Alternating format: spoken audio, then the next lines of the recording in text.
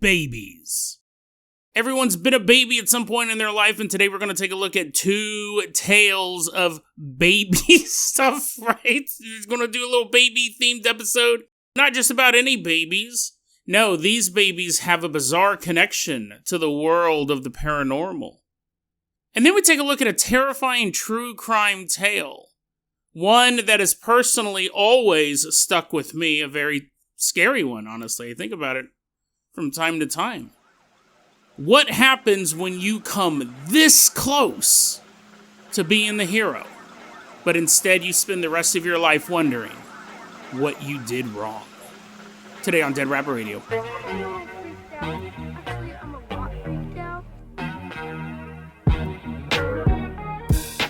Hey everyone, welcome back to another episode of Dead Rabbit Radio. I'm your host, Jason Carpenter. I'm having a great day. I hope you guys are having a great day too. I hope you guys are having tons of fun doing whatever you're doing, and I hope you guys have some awesome plans for the weekend. I think I'm just going to watch some movies. Five Nights at Freddy's 2 is on streaming now. It's been like a 6-week-long saga of me somehow trying to watch that movie. I might just say, whatever, here's $20, Amazon, let me watch it now. But someone who doesn't have to pay $20 to watch Five Nights at Freddy's 2, someone who was the star of it, running into Dead Rabbit Radio Command. Everyone get on your feet and give it up for Phoenix. Woohoo, yeah, yes, a big Phoenix bird in an animatronic suit walking into Dead Rabbit Radio Command. Phoenix, longtime supporter of the show, recently posted their Spotify Wrapped, showing how much they listened to and how much they loved Dead Rabbit Radio last year. That is why Phoenix is going to be our captain or pilot this episode. You guys can't support the show financially through the Patreon or the merch store. Just do what Phoenix did. Help spread the word about Dead Rabbit Radio. Tell your friends, tell your family, tell everyone you know. Dead Rabbit Radio is your favorite paranormal show. That is how you can help the show grow. Oh, also, just a quick announcement. I'm going to start doing the Retro Rabbits again. I know we stopped doing those when we switched to the 3 episodes a week. And I think that's throwing me off personally because I'm not uploading stuff 5 days a week. So, you're like, well, I mean, you could just pretend to do it. You could just not actually upload them. I just feel like it's the show's kind of off kilter for me. And, yeah, I think I need to do that. Now, Brian Blackwood, a longtime supporter of the show, author, friend of mine, I talk about him all the time on the show. I've met him at some of the live events that we go to. He recommended doing the Retro Rabbits that tie into episodes that week. So I think that's a great idea. That's what I'm going to try to do, right? Usually I have a lot of stuff recorded by the time Monday comes along, and we'll see. But yeah, I think I need to get back into the groove of uploading 5 days a week, even if it's only 3 new episodes. I think it's really throwing me off, so I know some of you guys really like the Retro Rabbits, and some of you guys are like, yeah, it just kind of clogs up the feed, but I'm going to bring them back at least for a while, and we'll see how that goes. So that's a little bit of news. And then probably starting next week, I'll start announcing the dates for the Oregon Ghost Conference, because that's coming up, and I once again will be speaking there. But we'll talk about that next week. Right now, Phoenix, hop out of your animatronic suit, and I'm going to toss you the keys to the Jason Jalopy. Everyone climb on board as Phoenix drives us out of Dead Rabbit Radio Command all the way out to Babyville, USA. We're headed all the way out to Babytown or Babyville. I already forgot what I named it. Because today we're going to take a look at 2 tales involving babies. Now, longtime listeners of the show know I'm not a huge baby fan. Like, they're okay, right? Like, I don't like touching them. I definitely don't like holding them. Ever since I was a kid, whenever a relative would have a baby, they'd go, do you want to hold it? And I go, no, I don't want to hold it. Because I am afraid I'm going to drop it. But that's not necessarily the whole story. It's not that I'm afraid I'm going to drop the baby. It's that I'm afraid, like, I get this weird, this doesn't happen anymore. So if in the immediate future I become a father for some reason, don't call CPS. But it's not necessarily that. I remember as a kid, I'd have this intrusive thought. People would say, do you want to hold my baby? And I go, no, because an intrusive thought, we've talked about those before on the show. It's just this self-defeating, generally very negative thought loop you get stuck into, and you have to realize that it's not an actual thought from your soul. It's this weird psychological trick we play on ourselves. I'll put that episode in the show notes, or maybe I'll even run it next week for Retro Rabbit. But sometimes you may start thinking the most evil, dark thoughts you possibly can, and you go, why am I thinking this?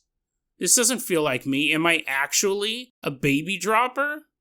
Well, that would be me. When I was a kid, I remember thinking someone would go to hand me their baby, and I would think, not I'm afraid I'm going to drop it. It's that I wanted to drop it. Now, I didn't want to drop it. Again, you're like, currently I'm in the jury, I'm on trial for a mass baby dropping.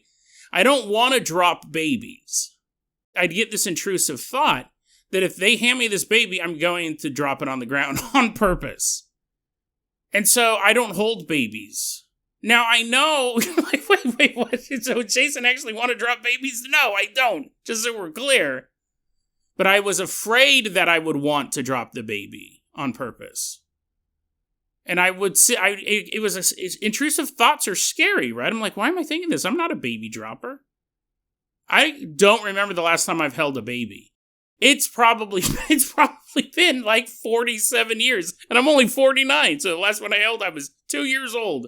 It's been decades. I don't like holding babies. Nowadays, I don't have intrusive thoughts about dropping babies. Now, I'm actually afraid I might accidentally drop a baby. But really, at the end of the day, I'm not a huge baby fan to begin with. Like, oh, look at them and go, that's kind of cute.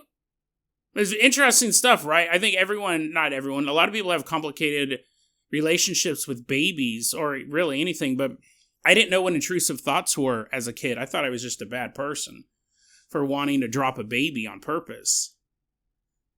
But now I realize what that was. That was anxiety and intrusive thoughts interacting with a 7-year-old brain, my brain. So yeah, babies are kind of weird. We already have such a bizarre relationship with babies. But let's take a look at 2 stories about babies. The first one, I'm curious as to what you guys will think about this. And they're both fairly short as well. It's kind of why I'm pairing them up. First off, let's take a look at this one. We're in Babyville, USA. It's a loud town, a stinky town.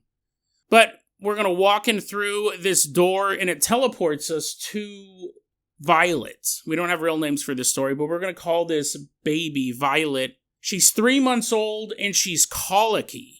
Which I never knew what that was until I researched this story. I heard people say that baby's colicky, but I never paid attention to it. I was like, does that mean the baby can bounce? I shouldn't make jokes like that, because watch, knowing me, eventually somehow I will come in possession of a baby and then accidentally drop it, and people are going to play this podcast, so I probably shouldn't make jokes about it. I will continue to make jokes about it, but I probably shouldn't. Anyways, colicky, I've always heard that term, I didn't know what it meant. It is horrible. It's like a baby kidney stone. Sometimes it's really bad gas. You're like, what? How much Coca-Cola is this kid drinking? Colicky, this little girl, Violet, she's just crying for hours a day. And the parents don't know what to do. Obviously, they take her to the doctor. Doctor goes, well, she's colicky. She probably has gas or a kidney stone, and do these things and it'll help. Nothing helps. They take Violet to specialists. The specialists go, well, in my special opinion, it's baby's colicky. I actually, now that I think about it, colicky is probably just like a made-up term for, I don't know what's wrong with your kid, they just like to cry. And I don't know if it's actually, what is actually a thing, I did research it, it's gas or a kidney stone, but I'm sure also it could just be a diagnosis that, I don't know what's wrong with your kid. Something's wrong with your kid, I don't know what it is. But anyway, so they take Violet to all these specialists, and everyone's sitting there looking at her. Can't figure out what's wrong with her. Well, one day, Violet's great aunt stops by the house. We'll call her Maddie. And Maddie was a NICU nurse, so neonatal ICU nurse. Deals with a lot of bad babies, right? Probably seen the worst of the worst. No joke.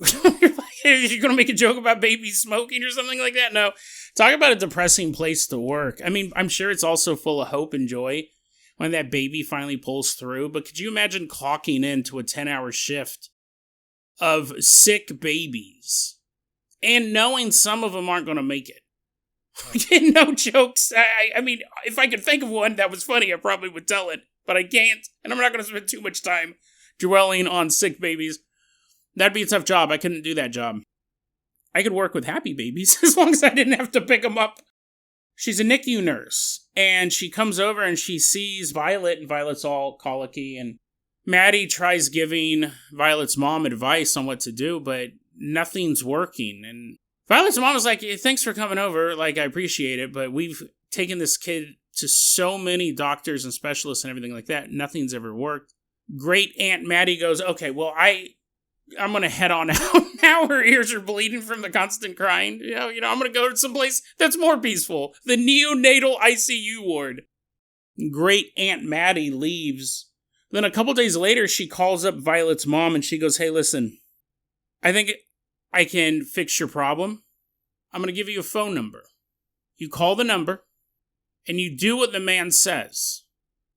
And whatever happens, do not tell him thanks. Violet's mom is like, oh, okay, at this point, she's probably willing to try anything. A little mysterious, right? But she's taking this kid everywhere and nothing's worked. So anyways, Violet's mom calls up the number and a man answers the phone. Hello? And Violet's mom says, my baby, she's been crying for weeks on end, months on end. We can't fix it. And the man goes, give her the phone. Put the baby on. Mom's like, huh? What? Unusual request. But mom's supposed to do whatever the guy on the phone says. And you know what? Actually, I feel like I haven't done my due diligence this episode. I don't know why it took me this long to do this. Where's my baby crying noise? I haven't done, thankfully, you're like, oh man, he must have been thinking so much about dropping those babies. He forgot to make his crying baby noise. Well, think again. Well, I did forget, but now I remember. Wee, wee, wee, hoo, hoo, hoo, wee, wee, wee. Baby crying. Now, if I wasn't lazy, I would take that clip and I would run it throughout the entire segment. I'd put a layer of audio of that, but I'm not going to do that to you. Plus, I'm too lazy. But now imagine Violet, wee, wee, wee, wee, crying. And crying for weeks on end. The man says, give the baby the phone. Put the baby on. Wee, wee, wee, wee. And Violet's mom goes, okay, maybe she'll scream in your ear for a little bit instead of mine. She puts the phone up to Violet's ear, and Violet, wee, wee, wee, wee.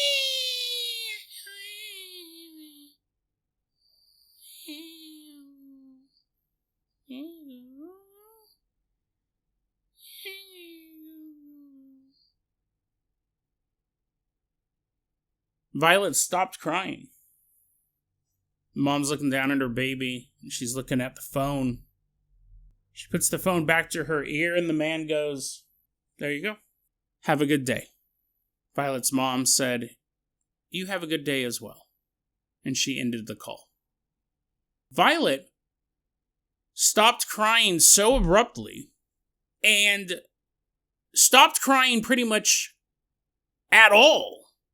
I mean, obviously, outside of a real baby thing, you know what I mean? Stubbing your toe or something like that. It's not like she became an automaton, but the constant crying, it ended so abruptly that when Violet's dad came home that day to a house that wasn't filled with the sound of a baby screaming, he thought something had gone wrong. He thought a horrible tragedy had happened and his poor little girl died. Was Jason over here? Did Jason go, oh no, I'm finally good. I'm finally good. The evil thoughts are gone. Can I pick up your baby, please? He thought the worst because he had been so used to her crying for so long that when he came home and there was no crying, he was like, what is going on here? Violet was the one who posted this story online. She knows this story because her mother has told it to her and her father and her great aunt and all of that. I've told her this story. She goes, I really did stop crying pretty much altogether. Like, it would take some sort of great baby injury to elicit a cry from her. Now, she obviously doesn't remember the events directly, so she doesn't remember what the man said to her. But she said, the people involved tell me that I completely changed after that phone call. Now, what's really interesting about the story, I read that the other day online, I really liked it. It's because what could that man have possibly have said to that kid? And not just a kid, a baby. A child who really couldn't comprehend a order. Shut up! That's what he said. It just scared her. You assume one of two things. It was either a spell, some good old-fashioned folk magic, or a mind control trigger. Which is what... she doesn't think that. That's not in the original narrative. But really, in the original narrative, there is no theory as to what he could have said or why it worked. It's most likely a spell. Not necessarily a mind control trigger. If Violet ever does try to assassinate a politician, then we'll go, oh, that's what he said. He said, stop crying. Also, kill the senator. Spell might not be the right word, but almost like a spirit communication. From an old soul to a new soul. A message. But who knows? I mean, it's very, very interesting. What could he have said? And is it what he said or how he said it or who was saying it? Is there some sort of phrase that he delivered that would work? Or is it just because it's him? He's very practiced in this. Now, remember, all of this stuff, like, I'm throwing out these theories. None of this is addressed in the narrative. It's not that the great aunt was known to be into folk magic or hoodoo or anything like that. But this is what I find very interesting about it. Remember, she dealt with children who were sick and dying. And in that line of work, she may have met somebody who uses extraordinary skills to interact with babies. And remember, it wasn't her first go either. First, she came out and just wanted to interact with her and see how she was doing. And she tried what she knew. And when that failed, that's when she brought out the big gun. This mystery man. It's interesting, though, because I'm sure that this man, or his skill, it would be in high demand. There's a lot of babies out there that are suffering. I don't want to think about that on the ending episode of the week. I know this one's a little depressing.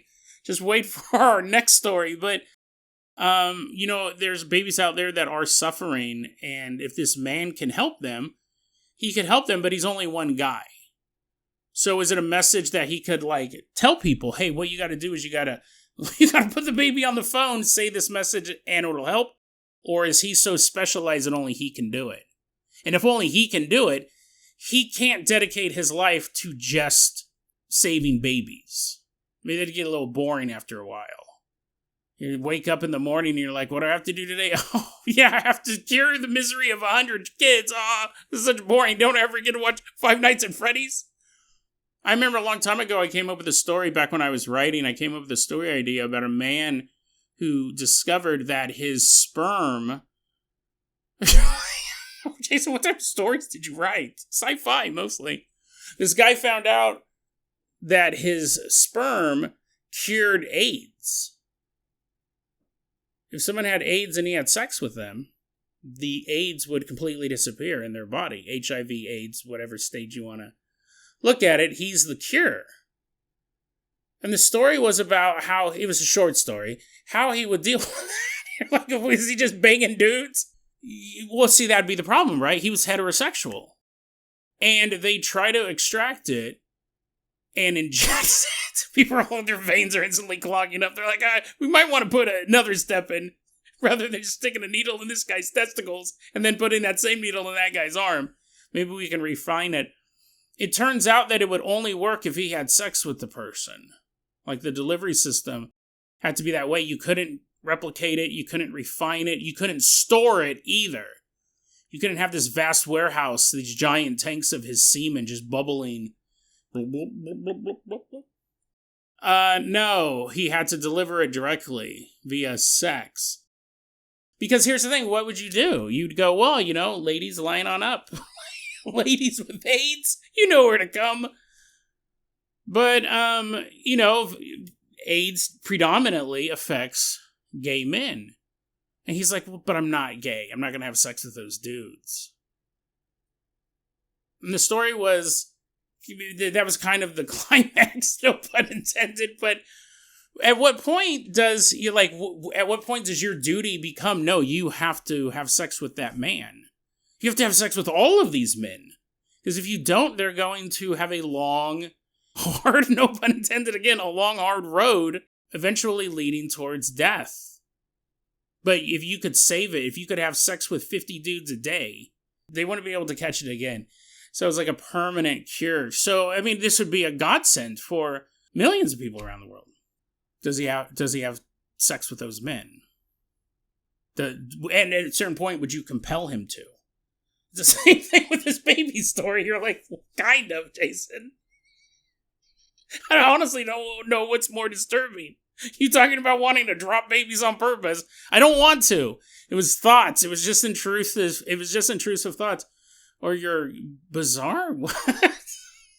How did it end? Oh, you'll have to wait for me to finish it. I don't know, honestly. It came up with that story a long time ago. I don't remember how it ended. I think it just it ended with the main character turning and looking at the reader and go, what do you think I should do? And the last page is a picture of a guy pointing at you. But anyways, you can't make him do it. But does he have a responsibility? Same thing with this guy. My fictional sci-fi story that was never completed. It's kind of like this real life story that happened in the real world. Could you make him save babies? I'm sure he wants to save babies, but again, he's just one guy who has this ability. And it did work. That story took a little bit longer than I thought it was going to. You're like, yeah, Jason, because you spent most of it talking about dropping babies. And then you talked about a story you never wrote or started to write. Maybe if you edited those things out, it would not be too long. So I'm not going to. I'm going to leave all that stuff in because I think it's interesting.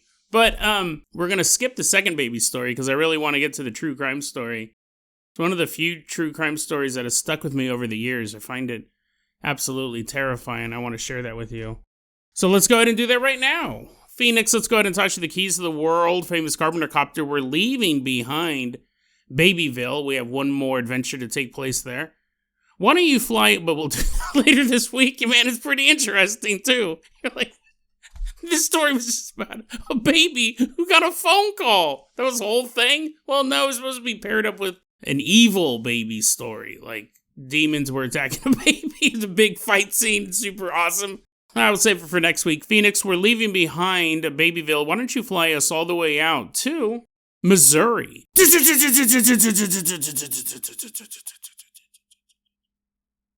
You have a ton of stories that I plotted out. Some of them I wrote, right?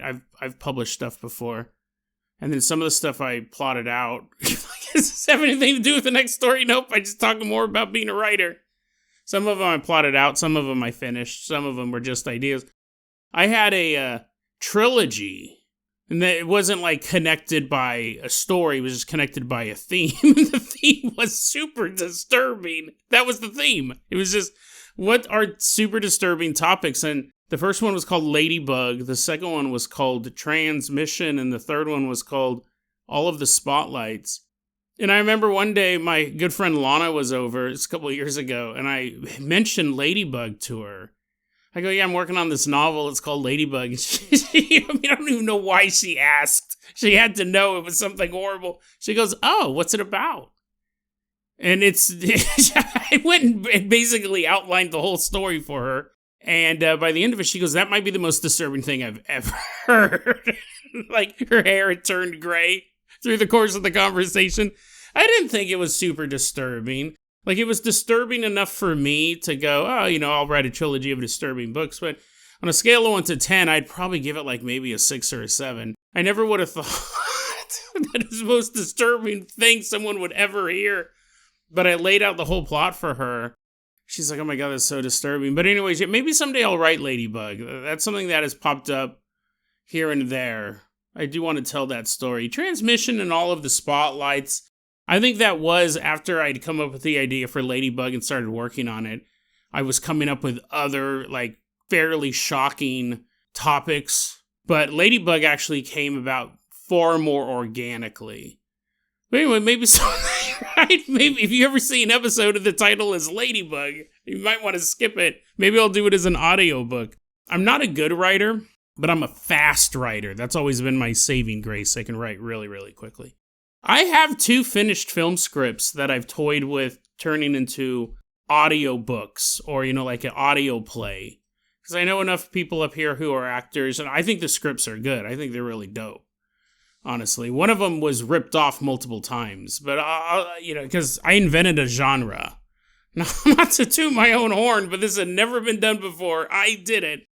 And then I started seeing a lot of movies that not only took that same gimmick, but one movie took the unique gimmick and actually used some of the dialogue from my scripts. Because I submitted these scripts. These are scripts that I wrote and submitted to production companies. They'd been sent out dozens upon dozens of times. So, whatever. What are you going to do? But anyways, let's go ahead and take a look at this true crime story. The real crime was my story being stolen, my script called Blood Debt.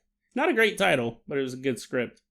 Recently on the X board, there was a post. Someone asked questions like, what are the creepiest unsolved cases? And this one came up. And it's one of those stories that, in one way, is fairly well known if you're into true crime, if you're into unsolved mysteries, the show and real unsolved mysteries. And it's one that has always been particularly scary for me. Well, let's go ahead and get started here. We're headed to Missouri. Specifically, we're headed to Clinton, Missouri. It's April 4th, 1991. It's 10 p.m. at night. And there's a young woman named Angela Hammond. She was a college student, and she was 4 months pregnant. She was carrying the child of her fiancé, Rob Schaefer. And both 2 very young people starting life together. And earlier in the day, they went to a barbecue. And then Angela drove Rob home and dropped him off. And that's where we're at now, around 10 p.m. He needed to go home because he needed to babysit his brother. He needed to babysit his little brother. And their plan for the night was Angela goes, I'm going to drop you off at your house. You babysit your little brother. And then once your mom comes back home from work, and she'll take over the babysitting duties, I'll swing by, pick you up, we'll go hang out. Yeah, sounds like a plan, Angie. In the meantime, Angela is hanging out with her friend, a young woman named Kyla. At this point, it's been about an hour and 15 minutes. She dropped Rob off at 10 p.m. It's 11:15. Now, this story takes place in 1991, so a pivotal location of this story is a payphone, or a series of payphones set next to each other. If you're too young, and it's funny because there are people who listen to this podcast who are too young to know what a payphone is. I mean, obviously you can figure it out, but sometimes there would be a bank of them. You'd have 2 or 3 kind of connected together. So you would be making a phone call, and right next to you would be someone else making a phone call. Everything was just very public.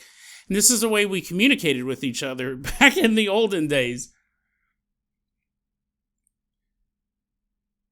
And when I say it's the way we communicated with each other, Rob calls the payphone, knowing Angela is going to be there. Like, this is just the way things were. You knew the phone number of a particular payphone, and you would say, hey, Rob, when your mom gets home, call this number. It's not my number, and technically someone else might be there to pick it up. It's a public phone. But call this number, I'll answer it, and then I'll come and scoop you up. So at 11:15, Rob calls the payphone phone number, and Angela picks the phone up, and they start chatting. But as they're talking, Angela goes, hey, Rob, there's like a weirdo out here. Rob goes, what's going on? And she goes, well, this pickup truck has kind of circled the block a couple times. I don't know. I'm getting a little... Oh, okay. He parked the pickup truck. He's getting out. Rob, he's walking over here. I think he's going to use the payphone. I hope he's going to use the payphone. And he does. This man hops out of this pickup truck that she described to Rob, because obviously she's alarmed this pickup truck has circled this block a couple times and her spidey senses are tingling. It's a green Ford pickup truck. She tells Rob that. Well, man gets out of the truck, walks over to a payphone next to Angela, takes it off the receiver, dials in a number, is there for a few moments, and then hangs the receiver up and walks back to his truck.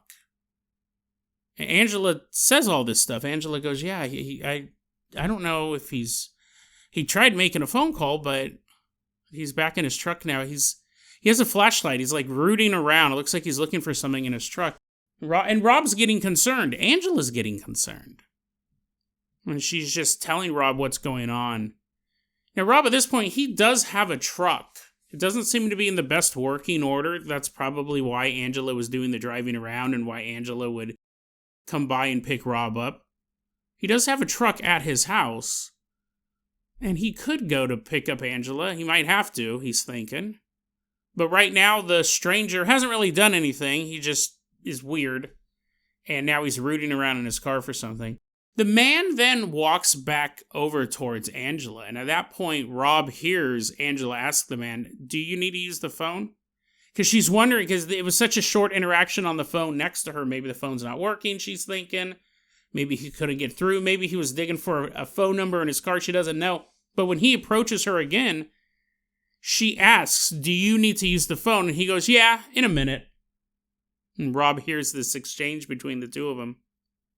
And Rob and Angela are talking on the phone when all of a sudden Rob hears Angela scream into the phone. Ah!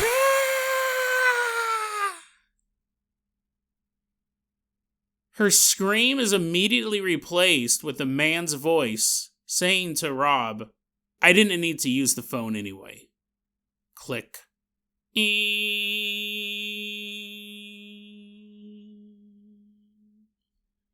Phones used to do that. The kids were like, what? Did an alien show up?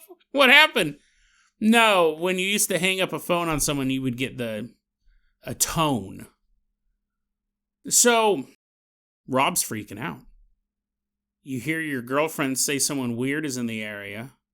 Rob hears his girlfriend scream, hears that man speak on the phone, I didn't have to use the phone anyways, and hang up. He runs to his truck and takes off. Now, I don't know if I actually didn't say this earlier. The payphone is only 7 blocks from Rob's house. Very, very close to him. So when he hops in his truck and he floors it down the road, he's hoping he can get there before any tragedy unfolds. And as he's flying down the road, he sees, driving towards him, going in the opposite direction, a green Ford pickup truck. And if there was any doubt in his mind whether or not this was the same truck that his girlfriend described, as his truck and the green pickup truck pass each other, Rob hears Angela scream out, Robbie! She saw him too. She saw her boyfriend driving towards them, and she screams his name out. The two cars pass each other. Robbie throws his car into reverse to try to catch up to these guys. He throws his car into reverse. He's able to turn around, and now he's flying after them down the road. Two cars racing down the street. One towards destination unknown, and the second, Rob, who will go anywhere, do anything it takes to save his girlfriend, who just screamed his name out as her kidnapper drove past him. He's right behind them, right? He's driving after him. Where is this guy taking my girl? What does he plan on doing with her? I have to save her. But his car. Oh, come on!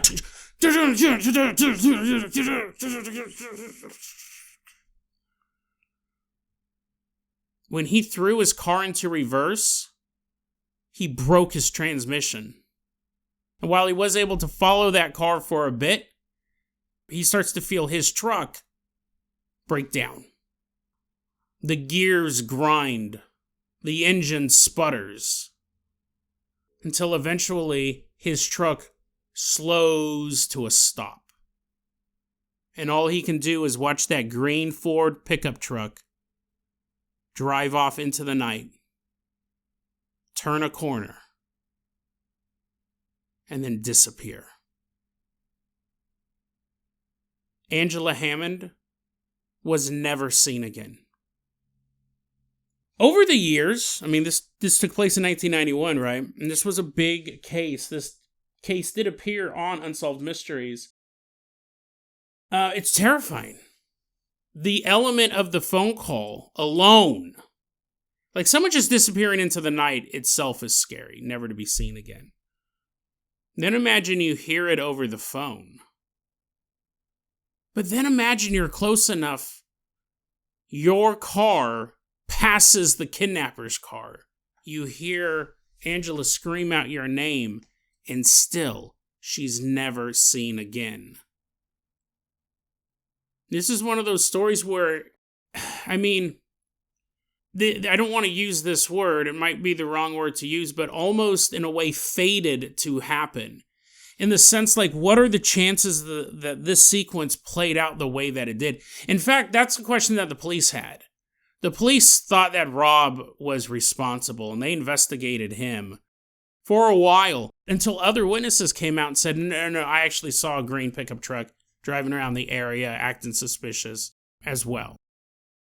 So then they were able to clear Rob. Rob was never convicted of any of this stuff. He wasn't a suspect for very long. Speaking of that, they never found Angela. No one's ever confessed to her murder. They did end up arresting 2 people for a similar type crime, and it wasn't that far away. January 19th, 1991, so just a few months earlier, there was a woman named Trudy Darby, 42 years old. She was a mother who went missing from her job at a convenience store. 2 days later, she was found shot to death. She had been raped and murdered. And then in February of 1991, there was a woman named Cheryl Kinney, a convenience store worker who vanished after locking up one night. She was never found. They never found her. And they never found Angela Hammond. There were 2 people, it was actually half-brothers, who were arrested and convicted of the death of Trudy Darby. People have wondered if these 2 guys, Marvin Chaney and Jess Rush, who was 15 at the time of the Trudy Darby murder, they were arrested and convicted for that. They were never charged officially in the Angela Hammond case or the Cheryl Kinney case. People have wondered if those 2 guys also killed Angela, was responsible for her kidnapping and the kidnapping of Cheryl, but nobody knows. The fact that you had the one guy in the green pickup truck, and there are more details. They say it was a green pickup truck. I think it was a 2-tone green pickup truck, and the other tone was green as well, but a different shade. And there was a kind of a painting or an image of a large fish jumping out of the water on the back window of the pickup truck. That was something that was notable. Those are easy things to replace as well.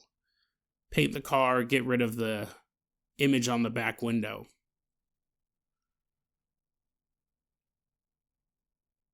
So no one's ever been caught. No one's ever been arrested for this. Angela, to this day, still hasn't been found, not even her remains. But I always just thought that was such a terrifying... I mean, the Unsolved Mysteries themselves are scary. Knowing the ending, in a way, is comforting, even if the ending is absolutely horrific, because sometimes it is. There is a possibility, and again, it's I don't think this is it, but there's a possibility the police, 30 years after she was kidnapped and disappeared, some people have wondered if it was a mob hit gone wrong. They were looking for a different woman named Angela, and they got her. They were trying to intimidate a witness. So, I mean, but it's a possibility, right? Was it these 2 guys that they just never confessed to it? Was it a mob hit gone wrong? Was it just a random kidnapper / killer out there? One-off attempt? One-off thing? The guy just wanted to do it once to see what it was like and then went on with his life? We covered stories like that before. We covered that one up here in Oregon where a guy just decided he wanted to rape and kill a 12-year-old girl, and he did. And then he lived out the next 40, 50 years a free man. And what threw the cops off was that another guy, a totally different guy in the same area, also decided he wanted to rape and kill a 12-year-old girl. So he did. And he was also never arrested. And the cops thought that was a connected case. They thought the same person killed both girls because they were around the same age, in the relative same area. No, two different weirdos committed a horrible crime and then never got caught for like 40 or 50 years. Or was this the work of a serial killer? How many other women disappeared in that green pickup truck? Crossing counties, crossing states, especially back in the 90s. You could rack up quite the body count. But imagine being Rob. That's what's always disturbed me about this story. He came so close to saving her. So close, it's almost... If he had just heard her scream and then never saw her again, that would be bad enough. But to know his car passed her car, she screamed his name and he heard it as the two cars flew past each other, and you still lose her. The killer still gets away. Obviously that sat with him. I think he's probably still alive. I think in the story, I don't know if I said what her age was. She was quite young. I don't know if I wrote it down. It's like 1920. She was fairly young. Rob did say about this, because it's been pretty well documented, because it's so terrifying. And people have been trying to figure out, what happened to her. So that's why Unsolved Mysteries will cover things like this. Rob said, quote, "The beginning is the hardest because you were close enough to get him, but you just didn't get the job done. And you still wake up at nights, wondering where she's at, wondering what happened, wondering if anybody's still looking. You're just wondering all the time."